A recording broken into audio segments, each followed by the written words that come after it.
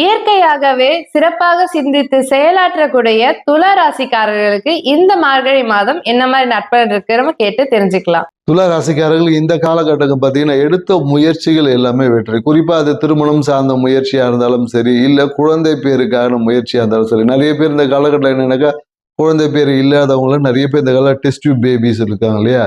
So ஐயுவி, IVF இந்த மாதிரியான முறைகள் நீங்கள் ஈடுபட்டாலும் உங்களுக்கு வெற்றி என்பது உறுதின்னு சொல்ல முடியும். ஏன்னா உங்களோட குலதெய்வத்தின் அருள் உங்களுக்கு பரிபூர்ணமாக இந்த காலகட்டத்தில் கிடைச்சிட்டு இருக்கும்.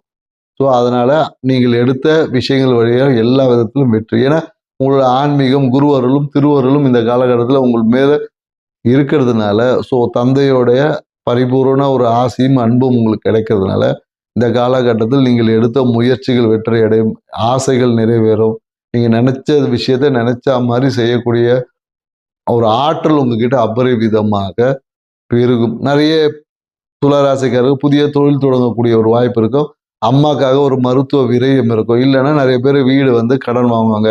கடன் வாங்கக்கூடிய வீடு இப்போ புதுசாக யாராவது துளாராசிக்கு வீடு வாங்கினா கூட பார்த்தீங்கன்னா பெரும்பாலும் ஏற்கனவே கட்டி முடித்த அந்த பழைய வீடு இல்லை செகண்ட் ஹேண்ட் வீடு இந்த மாதிரியான விஷயங்கள் வாங்குவதற்கு தான் இவங்களுக்கு அதிர்ஷ்டத்தை தெரியும். இந்த காலகட்டத்தில் போய் நான் புதுசாக ஒரு வீடு வாங்க போகிறேன், புது வீடு வாங்க போகிறேன் வாங்கினீங்கன்னா அது வாஸ்து குறைபாட்டுள்ள வீடாக இருக்கும்.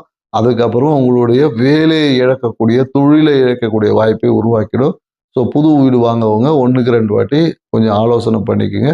இதை பற்றின டீட்டெயில் வீடியோவை தான் நம்ம கீழே இருக்க லிங்க்ல கொடுத்துருக்கோம். பார்த்து பயன்பெறுங்க. நன்றி, வணக்கம்.